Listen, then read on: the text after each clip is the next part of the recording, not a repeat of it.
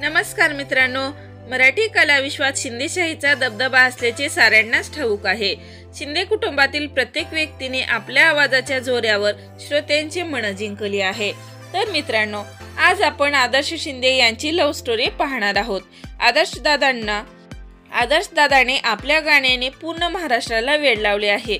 आदर्श म्हणतो, मी विद्यापीठात गेलो गायला तेव्हा एक मुलगी माझ्या प्रेमात पडली। तर त्यांची कहाणी विद्यापीठापासूनच सुरू झाली आहे। आदर्श कॉलेजमध्ये असताना प्रत्येक कार्यक्रमात गाणं गायत होता आणि तेथेच नेहा ही मुलगी त्याच्या प्रेमात पडली।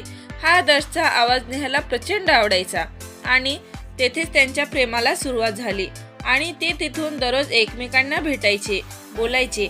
तेव्हा सुरुवातीला आदर्शने विचारले की मी तुझ्या आयुष्यात कोणता रोल केलेला तुला आवडेल। तेव्हा नेहाने चेहऱ्यावर स्माइल करत माझा लाईफ पार्टनर होशील का असं म्हणाली होती। तेव्हा आदर्शने हो असं सांगितलं आणि ते लगेच एकमेकांना आपल्या प्रेमाची कबुली दिली।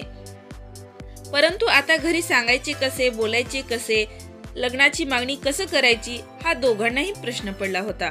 परंतु दोघांना एकमेकावर, त्यांच्या प्रेमावर पूर्ण विश्वास होता की हे प्रेमाचं आमचं अतूट नातं आहे।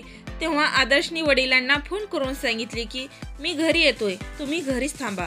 तेव्हा नेहाला थेट त्याच्या घरी घेऊन जातो। तेव्हा नेहा डायरेक्ट किचन मध्ये जाते। तेव्हा आई असं हाक दिल्यास सासूबाईंनी जवळ घेतलं आणि सासूंची परवानगी मिळवली। परंतु आता प्रश्न होता आनंद शिंदे यांचा। तेव्हा आनंद शिंदे यांनी नेहाला किचन बाहेर बोलावलं आणि विचारलं, तुझं नाव काय? तेव्हा तिने तिचं नेहा लेले असं नाव सांगितलं। तेव्हा आनंद शिंदे हसले आणि म्हणाले, तू आता नेहा लेले म्हणून घरात आलीस, परंतु तू आता नेहा शिंदे म्हणून घरात राहा। तेव्हा दोघंही खूप खुश झाले आणि त्यांच्या पुढे प्रेमविवाह झाला। तर मित्रांनो, या दोघांची प्रेम कहाणी तुम्हाला आवडली का? कशी वाटली? याबाबत तुमचे काय मत आहे ते कमेंटद्वारे नक्की कळवा। तोपर्यंत धन्यवाद।